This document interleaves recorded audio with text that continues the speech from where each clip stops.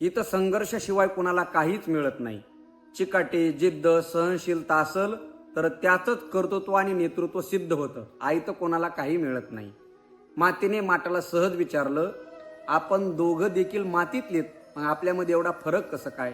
मला पाणी सहज वाहून नेतं, तू मात्र पाण्याला साठवून ठेवतोस. पाण्यामुळे माझं अस्तित्व नष्ट होतं आणि तुझं मात्र खुलून दिसतं.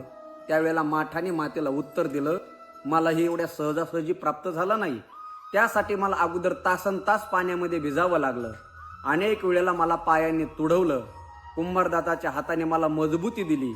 अनेक वेळेला माझा आकार बदलला आणि शेवटी अग्नीच्या ज्वाळाने होरपळून मला परिपक्व केलं. तेव्हा मी कुठं पाणी साठवून ठेवू शकतो?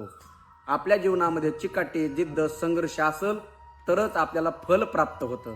मित्रांनो, आपलं जीवन म्हणजे समुद्रामध्ये चाललेली नौका आहे. वारा, वादळ, पाऊस, लाटा हे सगळं येणारच, पण या सगळ्यातून मार्ग काढून आपल्याला किनारा गाठायचा असतो. मनुष्याचं जीवन संघर्षाशिवाय खुलूनच दिसत नाही.